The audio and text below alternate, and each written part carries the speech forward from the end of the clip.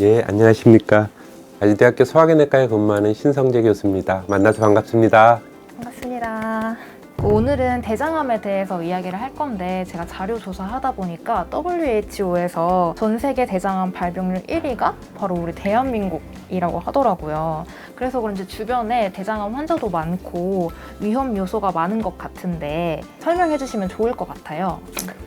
예, 보통 우리가 이제 식사를 하게 되면 식도의 연동 운동을 통해서 위장까지 오면 위장에서 이렇게 잘게 부수는 역할을 하죠.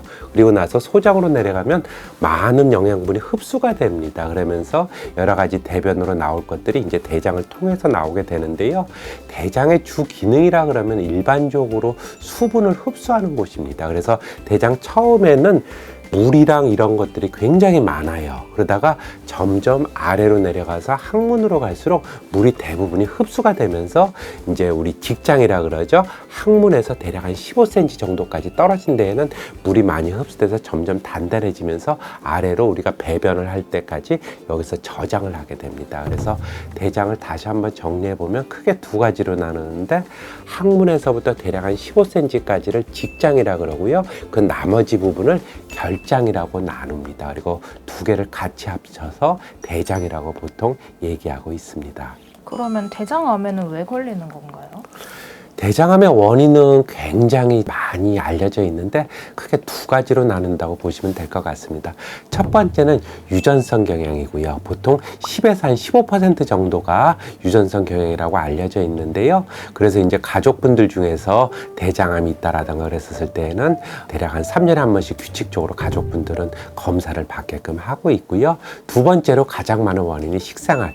보통 우리가 그러잖아요. 서구적 생활 형태가 우리나라에 들어오면서 여러 가지 문제점을 발생하는데 대표적인 게 대장암이라고 보시면 될 것 같습니다.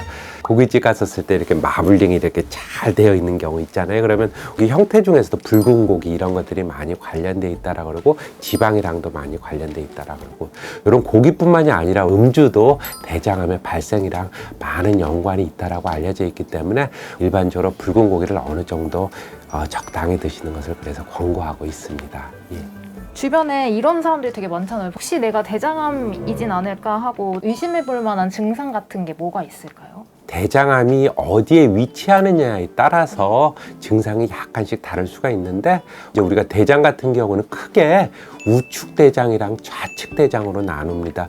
처음에 대장으로 나올 때에는 수분을 굉장히 많이 함유하고 있어요. 그래서 이런 쪽에서 만약에 대장암이 생길 경우에는 설사 증상이 많이 나타납니다. 그리고 좌측 대장으로 내려와서 예를 들면 항문 바로 위에 암이 있다라고 생각을 해볼게요. 그걸 직장암이라 그러는데 이럴 경우에는 대부분 물을 대부분 흡수 안 된 상태입니다. 그리고 변이 단단해진 형태이기 때문에 이때는 오히려 변의 형태가 주로 변비가 나타나게 됩니다. 두 번째도 암이 생기면은 그 중에서 이제 세포가 이제 괴사가 일어나면서 여러 가지 출혈이 발생할 수 있는데 우측 대장에 이제 대장암이 생길 때는 피가 조금씩 샙니다. 그러다가 이런 것들이 장으로 내려오면서부터 점점 까매지게 되거든요. 시간이 지나기 때문에. 그래서 되게 검은색 변을 보게 되고요.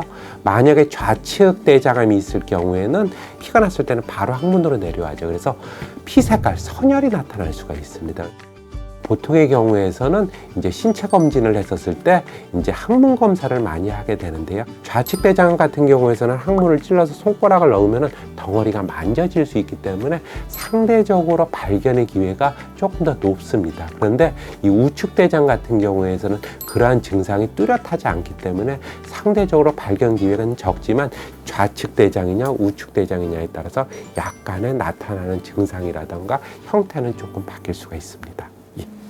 그러면 진단하는 방법은 어떤 것들이 있을까요? 진단에서 이제 가장 많이 이제 우리가 생각해 볼 수 있는 게 자멸 반응 검사라는 게 있습니다. 아마도 우리나라에서도 2년에 한 번씩 성인 40세 이상일 때에는 자멸 반응 검사를 해서 대변을 받아서 그 안에 피가 있는지 없는지를 봐서 피가 샜으니까 어디에 문제가 있을 수가 있구나라는 것을 나타내는 스크리닝 검사라고 그냥 보시면 될 것 같습니다.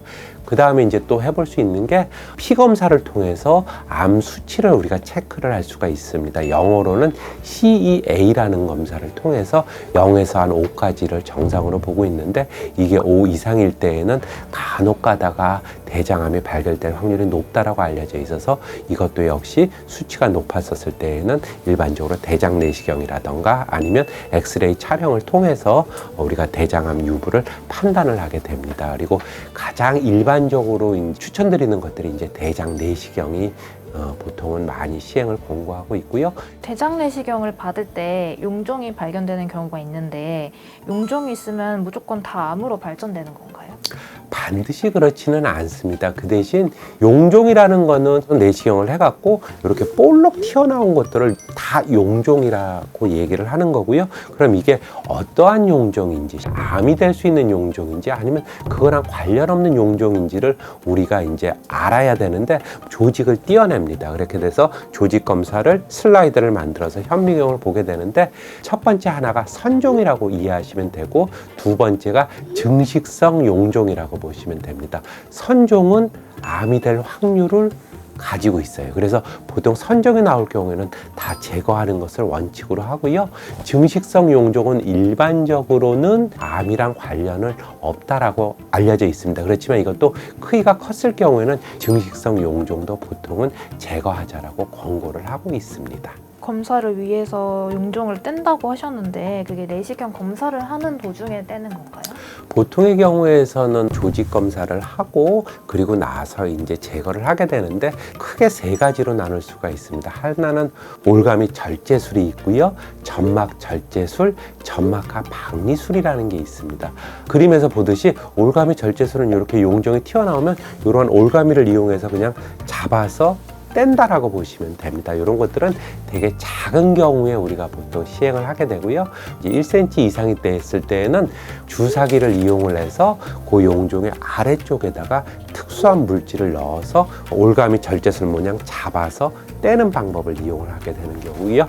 세 번째는 이제 가장 최근에 개발된 방법인데 점막하 박리술이라는 것들이 있습니다. 요거는 조금 크기가 컸었을 때 저희가 사용을 하게 되는데 쉽게 얘기하면은 짤을 부위를 우리가 이렇게 표시를 하고 나서 약물을 피나지 말라고 이렇게 주입을 하게 됩니다. 그래서 그리고 나서 주변으로 이렇게 도려낸 다음에 특수한 기구를 이용해서 안쪽까지 이렇게 파내가는 방법이라 그래서요. 이런 경우에는 병변이 넓었었을 때 사용을 하게 됩니다. 그러면 평소에 대장암을 예방하기 위해서 특별히 신경 써야 하는 식습관이 있을까요? 가장 중요한 거는 육류를 조금 줄이는 게 좋을 것 같고요. 그렇지만 너무 또 줄일 필요는 없을 것 같습니다. 그 중에서도 탄 고기 같은 거 이런 거 특히 하시면 될 것 같고요.